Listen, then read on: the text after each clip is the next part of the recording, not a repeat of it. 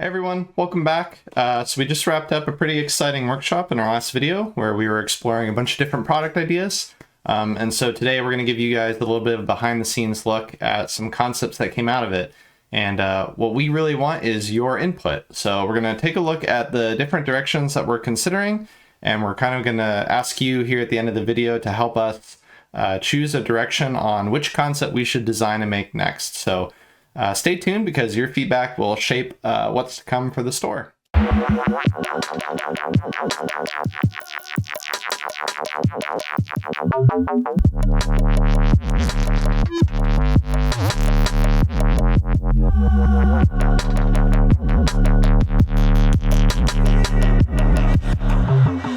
right, so let's get into it. This deck is going to go through some of the design concepts we've been putting together over the last couple of weeks. Let's see if we can get this to, there we go. So just a reminder, this is the company that we've been running, and this is kind of a little bit of ethos. So for Beyond the Village, we really want to, I think, in our products, offer things that are kind of at this intersection between history and design, and we want to kind of bring those two elements together in everything that we do. So whether it's the designs, the marketing, the store, the manufacturing, or in this case today, the products that we'll be offering. Our goal right now of kind of what we want to be doing is we're trying to find sort of a historically inspired product concept that we can produce in time for this summer. So what we've kind of done up until this point is we've been buying and selling antiques for about a year and a half. And what that's really allowed us to do is kind of sell, build up a base amount of CapEx that we can use to now produce our own products. And it's also allowed us to learn a lot. So we've been able to kind of really hone in on what is interesting, what's valuable in the market, and I think what we just really enjoy and what we're passionate about. So that learning process is really kind of what went into this concept deck that we pulled together. Another update we had recently is we just acquired an in-store retail space. So we're kind of renting out a small booth within a larger antique store, which we're super excited about. That's going to allow us to kind of prototype and try things in the market. So based on your feedback, we'll more than likely be producing more than one of these concepts, in addition to kind of continuing to sell antiques. So that being said, we'll get into it here. So the first concept that came out of our workshop was really to kind of focus on like reproducing found antiques or lost antiques that we find as we're kind of sourcing and shopping around through different stores and thrift shops and places in the area. We basically kind of find objects that are unique that you don't necessarily see very often anymore. So in this case, the concept on the right is a butterprint mold. So it's actually this mold that you kind of you put softened butter into, and then you kind of stick it in the fridge, and you can kind of imprint different cubes of butter with various like folk art designs, or in this case, like a floral motif.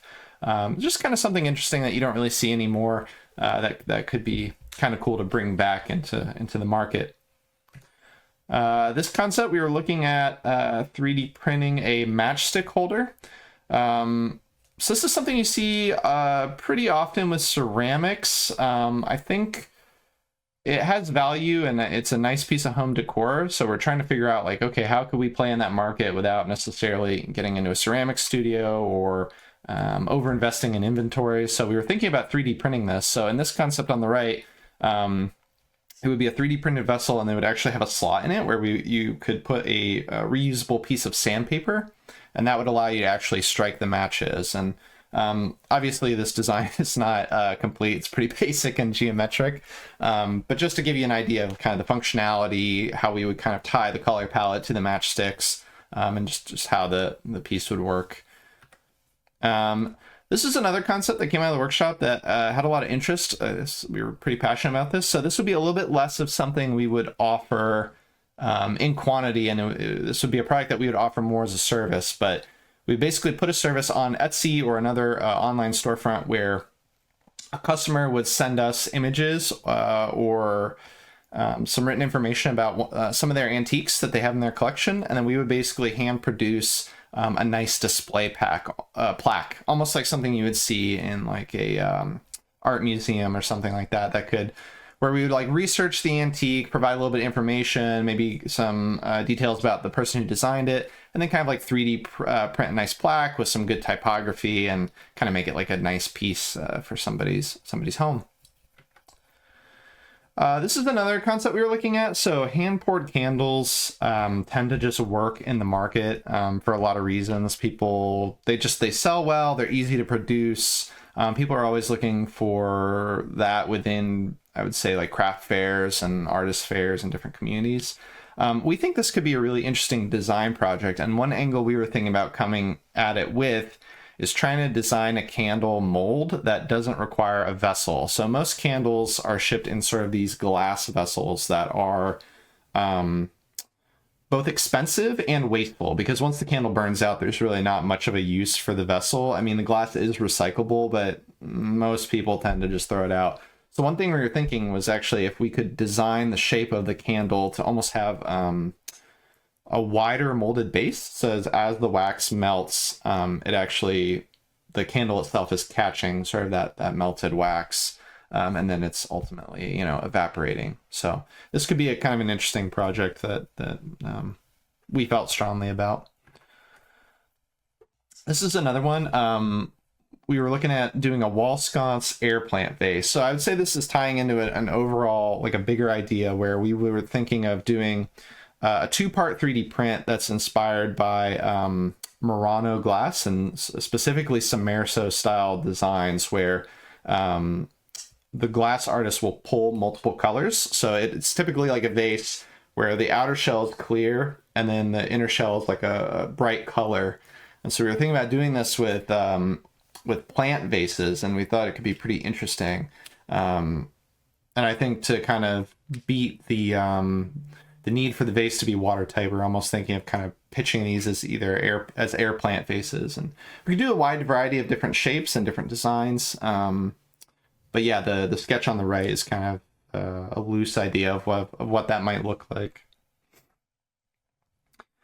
Table lighters. This is one that we feel like is pretty interesting. So back in the day, a lot of homes had table lighters, mainly because more people smoked than they do now. But I think as the cannabis industry is starting to take off, and people are kind of seeking those higher quality, kind of seeing like those high quality smoking accessories that used to be there back in the day, we were thinking about doing a table lighter. So the image on the right is an existing reference. We would try to do our own take on this, but I think the idea would be to make it fit existing Bic lighters. So it's kind of taking something that's a very almost like trashy or kitschy, like nobody wants to show off a Bic lighter, and kind of put that in almost like a shell that's a little bit more decorative or has a little bit more of like a decor element, where people wouldn't necessarily mind displaying it in their home.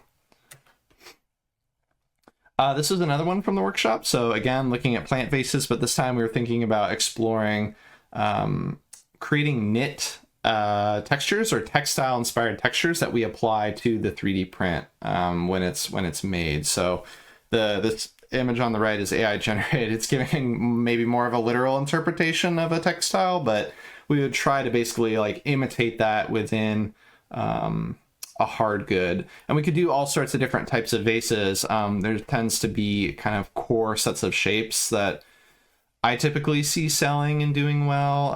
In particular, I think bud vases tend to sell well. They'd also be easy to and kind of quick for us to print, and they would be low cost and affordable. So we could really like test the market with this idea, and we think it could be pretty interesting. The challenge with 3D printing is creating something that's 3D printed that doesn't look 3D printed. So the idea here is to really like conceal that texture, and basically sell a product that is 3D printed plastic but feels maybe a little bit more premium to a customer that has sort of a discerning eye for materials. Bookends. Bookends, from my experience in the last year, tend to sell well. Most people have books. Most people have coffee table books or art books, or usually a book that they don't mind displaying in a common area. And bookends are kind of a nice way of just like It's usually an easy sell because it's just a nice piece of decor. It helps emphasize the space. So we were kind of looking at trying to figure out how we could do our take on that. We came across an antique recently where it was a bookend that basically had a planter cup integrated in it. And I think that could be a really interesting idea to try and bring back. So for this concept in particular, we were looking at shapes that could be inspired by like historical architecture or architectural movements. So we could look at like the Prairie movement, or, you know, Art Deco, or kind of these different time periods, and basically do like inspired bookend plant vases. Fairly straightforward. Again, bookends, this time we were thinking about doing some hand painting. So typically, I think for the customer that buys antiques, they value things that are handcrafted. And bookends feel like something where we could maybe play around a little bit with furniture painting, but do it at a small scale, and something that we could actually stock and sell, not as big as like a furniture piece, and really kind of play around with different motifs and bold colors and folklore and folk art and things like that. This is another one. So it's we're kind of in the full season of spring now, I would say. So we were looking at possibly doing some seed bombs. That's something that we've seen at craft fairs that tends to sell well, tends to be affordable. We were trying to think about how we could maybe do our take on that. And one thing that came out of our workshop that had good feedback was this idea of looking at antique drawer pulls for design inspiration. So we were thinking that scale and maybe some of those design elements could fit really well with seed bombs. So we could basically create a small scale, cheap, mold, and then kind of cast these seed bombs in that mold to create something that's functional and can be eco-friendly and plantable, but then also has kind of this little bit of like an educational element to it as well. This one, so I've been collecting a lot of like trinket boxes lately, typically a lot of like inlaid wood or hand painted trinket boxes.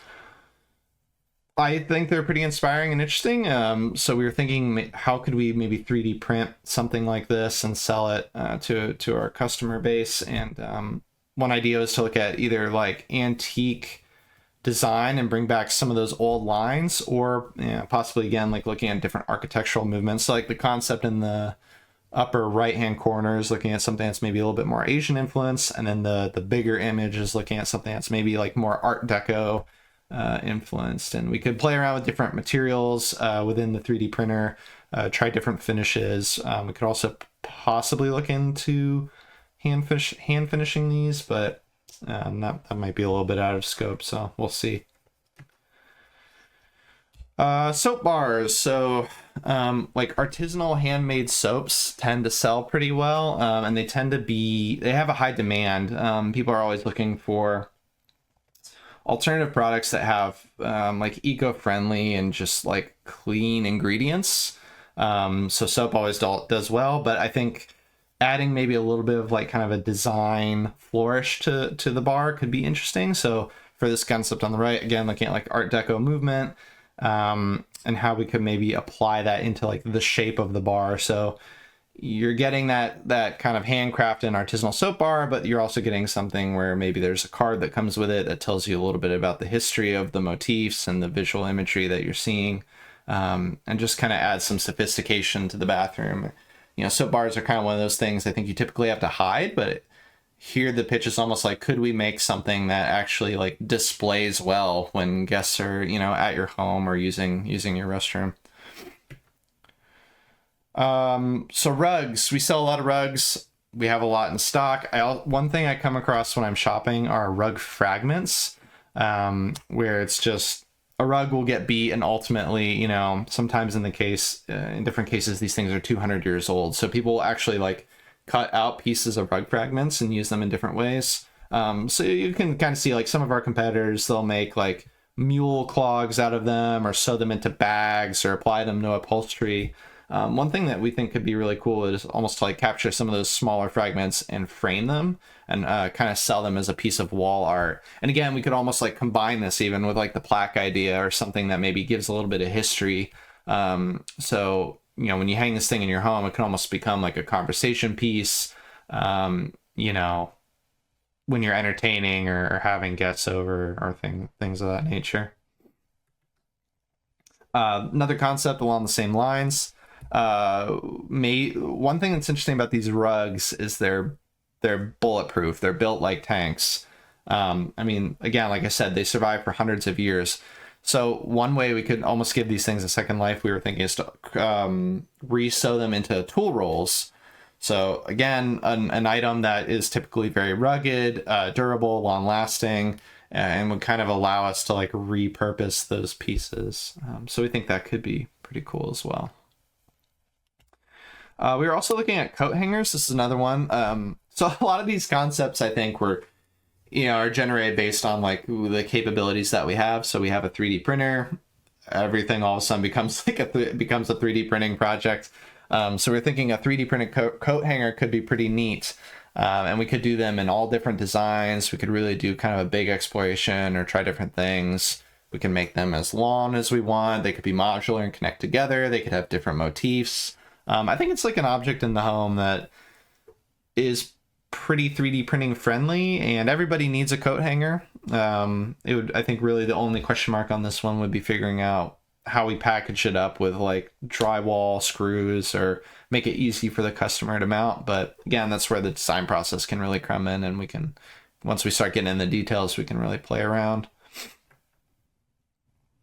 Again, the drawer pull, antique drawer pull idea was well received and highly voted on in the workshop. So for this one, we were looking at maybe we go past 3D printing and we almost do like a resin cast.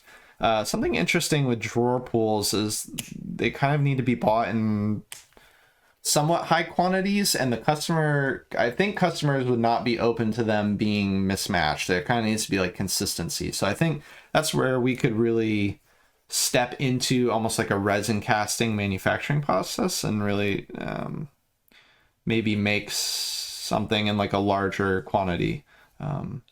This is one I'm really curious to see what people think. So we're looking forward to hearing your feedback on that. Another one on the bookend idea. So this, as we were kind of thinking about resin casting, I would say there's a big movement right now with houseplants and people adding more biophilic design in the space. There's plenty of research out there that really shows the benefits of biophilic design in the home. So we were almost thinking like, could we source flora or like dried pressed flowers and then resin cast those into bookends, so you kind of get this like little touch of nature in your home. And then if they're really clear, or if they're kind of cast in almost like a translucent material, we think that could be really interesting in how it plays with the lighting in the home as well, which I've tried to capture in this image. It's a little tricky. Again, this is AI generated, but if you have books that are near a window, or if you have like a strip light or an RGB smart lighting system that you can kind of put near these, it could kind of create like a very interesting statement piece for people's homes. Again, I think one thing we're really thinking about when we were putting these concepts together is how can we bring back antiques and really like educate people about design history. And I think packaging and artwork are a good opportunity for that. There isn't necessarily like a clear idea here. On the right hand side, one example would be to really, something we're passionate about and something that I really enjoy are like these old Czech botanical illustrations. And I think it could be really cool to try and bring back either some of those artists' work, or create artwork that is in tribute to those artists and kind of make nice little educational pieces. And then we could implement that in like a lot of different ways. They could be posters or postcards. It could be packaging. The product with the hand, we were thinking that almost could be like a matchbox packaging. So this is something we could play around with quite a bit. Birdhouses we thought could be pretty compelling when we're thinking about 3D printing and plastic, and the kind of durability and longevity of plastic is something that worries me a bit. So I think birdhouses could be a good candidate for that material, since it would handle the weather fairly well. And I don't see a lot of birdhouses birdhouse designs that really are tied into like history or historical design. I think that could be something that's kind of compelling. And then of course, like this is one I think that we would really need to get into the design process on and see where we could find little ways to innovate or maybe a different take on the birdhouse. But it's a category that I think could be really interesting to explore. Also pretty common in craft fairs, a lot of like wooden nailed together birdhouses, but not necessarily birdhouses that feel particularly like differentiated or unique. Paper cut bookmarks, not a lot to say on this one. I think bookmarks are a nice gift. They would be really cheap to make. It would kind of fill out a nice price point in our store for almost like an impulse purchase. Like, so if we go to a craft fair, or if we have something kind of towards the front of the booth that we can put for, you know, a couple bucks, I think a bookmark could be like a nice opportunity for like education and creating something that is maybe interesting. Proto-alphabet postcards. So this is a kind of out there idea that I had. The idea was to create a postcard or a gift card or a thank you card, some sort of gift card where the message would be in the message would have to be translated by the receiver. So it's like this idea of like, I want to give somebody a card that they don't just immediately throw away. It's something that the receiver could almost like interact with a little bit. You could share messages that maybe feel a little bit more in depth or more meaningful, since the person who's receiving the card has to do a little bit of work. They're not just necessarily like quickly reading the message and then recycling the card. Kind of trying to think about how to maybe give those a little bit of an extra life. Modular tile art. So this one was interesting. So this is a product I found from an auction a couple months ago. The idea is that it's like almost like a modular piece of artwork. So it's this tile where it's made up of these different cubes, and on each face of the cube there's a different blocking of color. And then so once you buy this product, you can basically rearrange those cubes into different patterns, and they're all sort of inspired by different like motifs from classic Americana. Like if you look at quilt designs, you see a lot of these sort of like geometric diamond shaped patterns.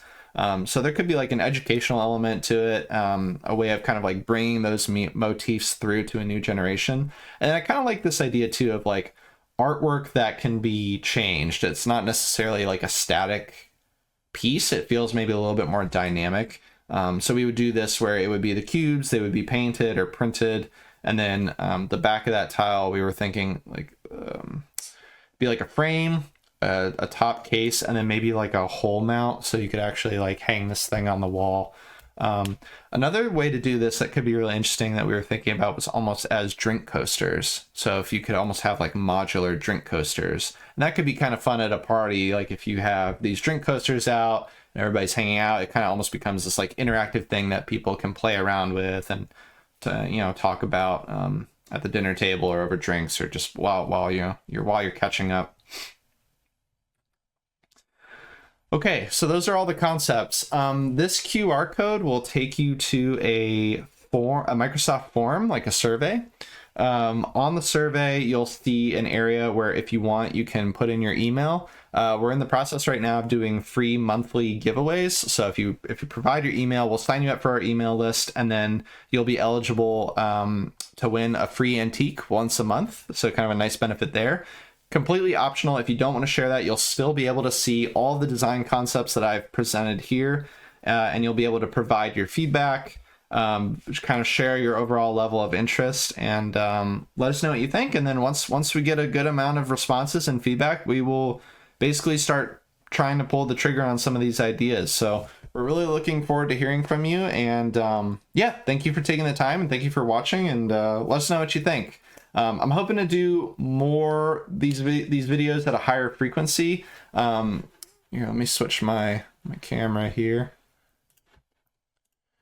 I'd like to post more of these videos and kind of put them out at a higher frequency. I'd also like to be doing more streams.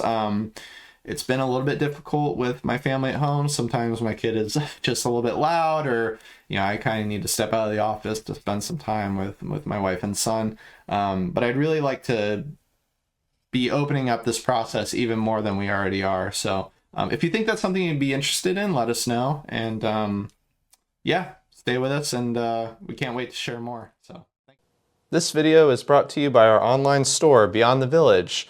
You can head over to btvdesign.com to shop a wide variety of vintage finds as well as antiques. Sign up for our mailing list. You get 10% off, and you'll be the first to know about new drops. You can also follow us on Instagram if you prefer to get updates that way, at beyond_the_village. In our shop, we sell a wide variety of antiques, everything from glass catch-alls to some books as well. So check that out if you're interested. You can shop the rug zine, which goes through kind of the history of antique and vintage Oriental rugs, as well as some of the best styles. Serapis are a particular favorite of mine. The Murano glass zine, which goes over what to look for if you're shopping for art glass, or if you'd like to learn a little bit more about art glass before you buy something from our shop, you can flip through this as well.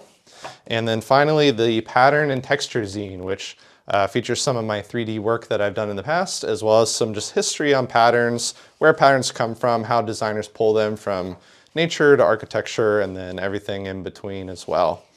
Lastly, we also have on our shop some merch. So I just had these hats made. You can get, they're fully corduroy, really high quality with kind of our embroidered logo on the front.